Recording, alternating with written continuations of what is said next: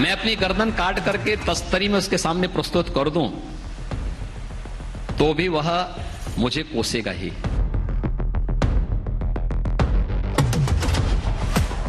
ये चुनाव 80 बनाम 20 का होगा। 80% समर्थन एक तरफ होगा, 20% दूसरी तरफ होगा।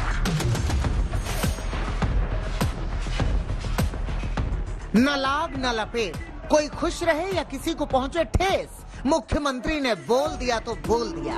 ये चुनाव 80% वर्सेस 20% का है। मैं विश्वास के साथ कह सकता हूं, जो गलतफहमी के शिकार हैं और अंकगणितीय आंकड़ों को प्रदेश में थोपने का प्रयास कर रहे हैं, मुझे लगता है किसी गलतफहमी के शिकार होंगे। ये चुनाव 80 बनाम 20 का होगा। 80% समर्थन एक तरफ होगा, 20% दूसरी तरफ होगा। और मुझे लगता है 80% सकारात्मक ऊर्जा के साथ आगे बढ़ेंगे।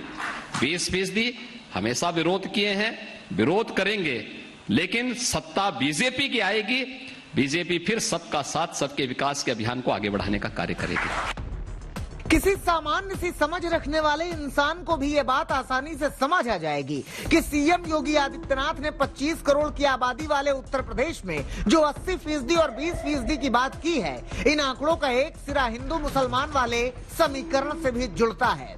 बात सिर्फ इतनी नहीं है, योगी आदित्यनाथ ने सीधे सीधे एक बात और कही है, सुनिए उसे। मैं अपनी गर्दन काट करके तस्तरी में उसके सामने प्रस्तुत कर दूं तो भी वह मुझे कोसेगा ही। मुझ पर विश्वास उसको नहीं करना है, न पहले करता था, न आगे उसको करना है, और न ऐसे तत्वों की हम परवाह करते हैं। तो सवाल यह है कि क्या बीजेपी को यह लगता है कि उत्तर प्रदेश में 19% से ज्यादा मुस्लिम मतदाता बीजेपी के साथ नहीं जाता, या वो बीजेपी को नहीं पसंद करता?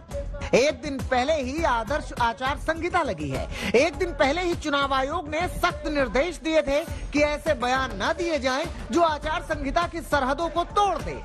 लेकिन अब जब सीएम योगी ने ही इशारों में हिंदू मुसलमान वाला तीर कमान से निकाल दिया तो राजनीतिक हलकों में हलचल मच गई। सबसे पहले समाजवादी पार्टी की ओर से प्रवक्ता सुनील साजन सामने आए। उनके पास योगी के 80 और 20% वाले फॉर्मूले के जवाब में 25% वर्सेस 15% वाला फॉर्मूला था। क्या है ये फॉर्मूला? मतलब समाजवादी पार्टी ने भी अपना फॉर्मूला सेट कर रखा है, लेकिन कांग्रेस योगी के बयान को कैसे देखती है वो भी सुनिए। सांप्रदायिकता का खुला तांडव करने वालों को उत्तर प्रदेश की जनता अब कभी स्वीकार नहीं करेगी। उत्तर प्रदेश के चुनाव सांप्रदायिक मुद्दों पर नहीं होंगे, 80-20 पर नहीं होंगे, 60-40 पर नहीं होंगे। उत्तर प्रदेश के चुनाव बेरोजगारी पर होंगे, माताओं बहनों के सम्मान पर होंगे, किसानों का जो अपमान किया है थार की मार से और खाद की कमी से उस पर होंगे, किसानों की फसल के उचित मूल्य पर होंगे, करोड़ों लोगों को रोजगार देने के नाम पर होंगे।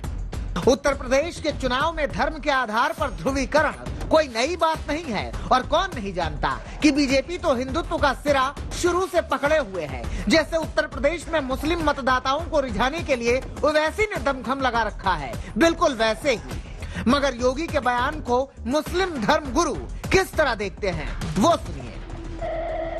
किसी भी पॉलिटिकल वार को कम्युनिटी वार ना बनाया जाए, और अगर इस तरीके की कोई भी शख्स बयानबाजी करता है जिसमें किसी खास धर्म के बारे में या किसी खास मजहब के मानने वालों के बारे में कोई टिप्पणी होती है, तो निष्पक्ष होकर चुनाव आयोग को उसका संज्ञान लेना चाहिए।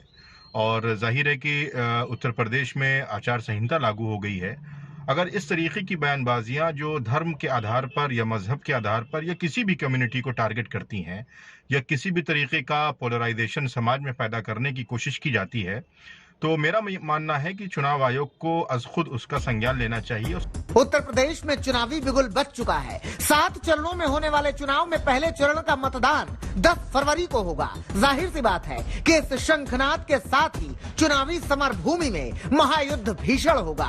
अभी तो शुरुआत है। उम्मीद कीजिए कि जैसे जैसे 10 फरवरी की तारीख नजदीक आएगी, ये लड़ाई और धारदार होती जाएगी। तो देखना सिर्फ इतना होगा कि इस चुनावी समर में किसके तरकश में कितने हैं तीर और किसके दल में कितने हैं वीर।